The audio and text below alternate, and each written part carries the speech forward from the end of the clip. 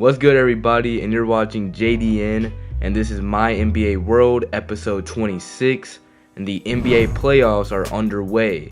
And this video will be showing the second round of the postseason. Now, sadly, due to issues with 2K and my PS5, the first round footage got corrupted, so a little recap is in order. The Pelicans quickly stomped the 8 seed Rockets in an expected outcome. The two 57-win teams, the Utah Jazz and Phoenix Suns, had won the best series with a 7-game offensive shootout. Utah taking advantage of the mismatch down low, Jameer Ware averaging 28 and 12, helping lead Utah to the series win. The Grizzlies and Nuggets end up being a shocking series.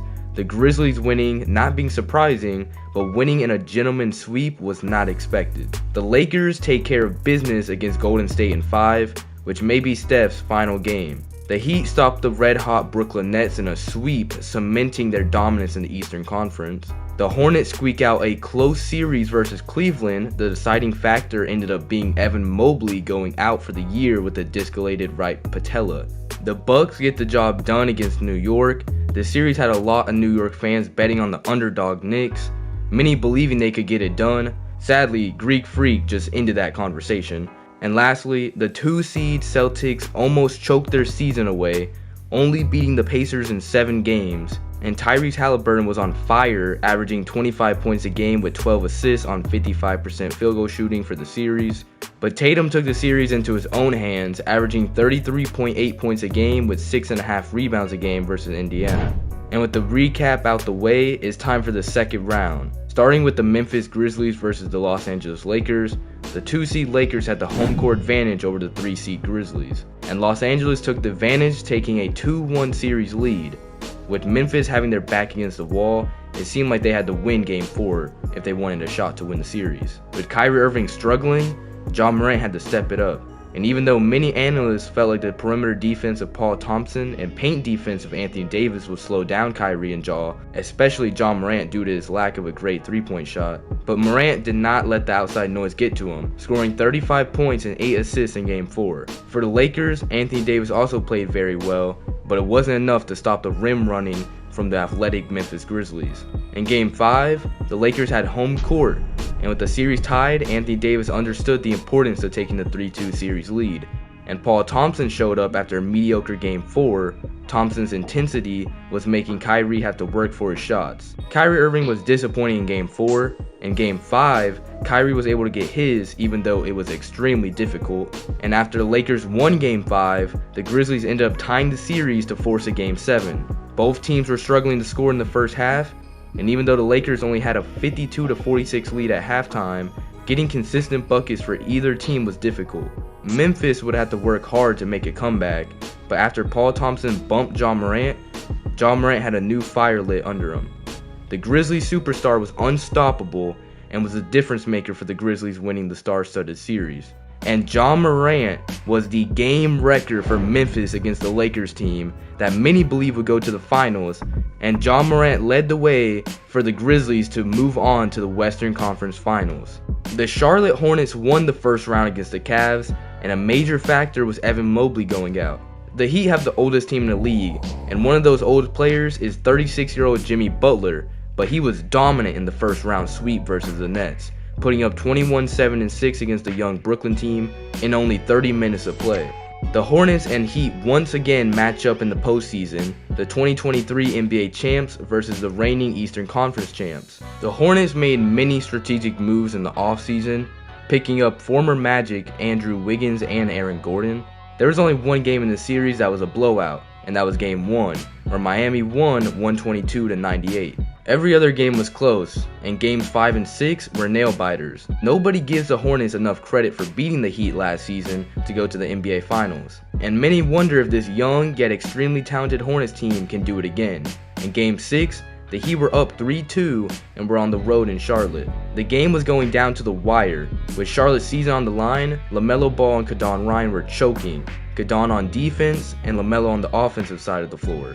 With less than 15 seconds in the game, LaMelo misses a 3, and Will O'Neal will grab the offensive board and gets the putback. After fouling, LaMelo once again fails to score, but once again, Will O'Neal goes for the ball and hits the layup to cut the lead to only 1 point.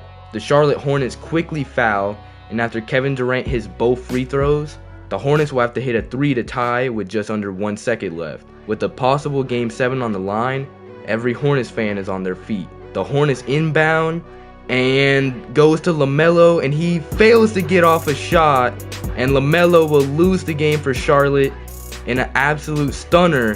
The reigning conference champion Hornets will end up losing in 6 to Miami in the second round. Kadon Ryan didn't get the ball one time in the final 3 offensive possessions for the Hornets, and now many wonder, will this young core end up splitting up? The Bucks and Celtics second round, and the rivalry continues. Not as much as a rivalry as it was just a very competitive series, and going into the series, the Bucks were the favorites even with the lower seeding. The duo of Paul George and Giannis has been amazing defensively, while individually, the Greek Freak may be the best player in the league.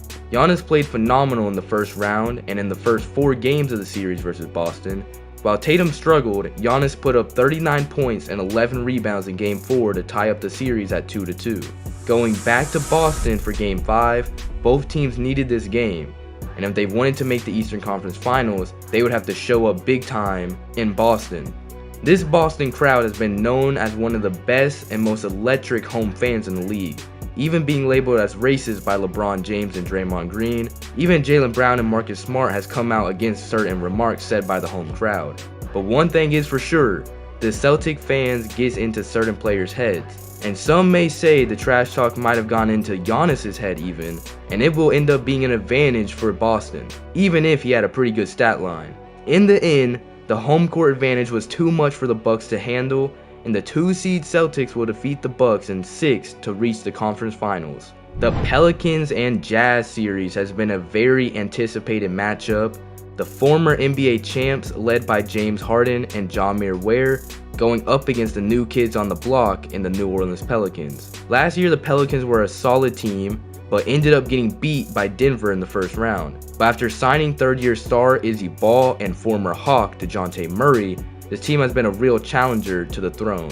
After the Pelicans win in Game 1, Jameer Ware averaged 29 and 8 in Games 2 through 4, while the Jazz won 3 straight games to take a 3-1 lead. The Pelicans barely won in Game 5 in New Orleans, and the Pelicans leader Zion Williamson finally got tested in these playoffs by the tough defense from Bobby Portis and Mikal Bridges. When the Pelicans seemed to be falling apart, they still had a shot to win the series. In Game 6, the Pelicans were up by 1 with 20 seconds left. The Pelicans went on an 8-2 run to take the lead in the final moments, and if it couldn't get better for New Orleans, Jameer Ware ended up fouling out with just 1 minute left in the game.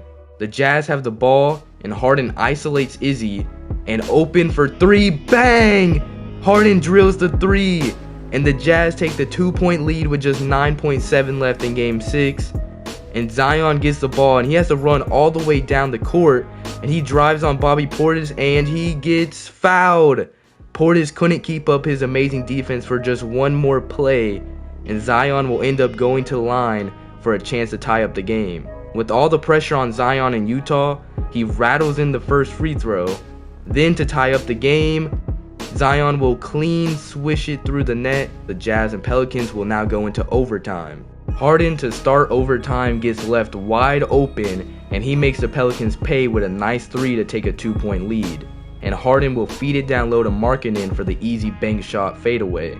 And with Harden on fire, Izzy has enough, and he rips the ball clean from the beard. And in transition, Izzy will slam it down for a 1-point lead. Then Mikal Bridges down low has a mismatch with McCollum, and he wastes no time getting the spin move layup. CJ actually gets the ball on the next play, and he creates enough space, but he ends up missing the open mid-range shot. And now Izzy will ISO Harden, and Izzy finds DeJounte wide open. Jordan Clarkson is lost, and DeJounte Murray hits the 3, and the game is tied. The Utah home crowd can't believe the Jazz will let up such an easy shot, and Harden will once again ISO Izzy. Harden gets doubled, swings to Bridges, and Bridges finds Portis down low, and Portis hits the layup over Zion. And there's just 0.3 seconds left, and the game is over. And the Jazz will upset the number 1 seeded Pelicans to advance to match up against the Memphis Grizzlies in the Western Conference Finals. Bobby Portis having a fantastic game in relief of Jameer Ware fouling out in the fourth quarter. Bobby Portis ended up grabbing 20 rebounds and 9 points in Game 6 to end the series with that layup game winner. And Harden will lead the way for the Jazz to attempt another run to the finals. And even though the Pelicans ended up losing, Zion had himself a night, at least on the offensive end, scoring 40 points with 8 rebounds in Game 6, while setting a new franchise high for free throws in a playoff game.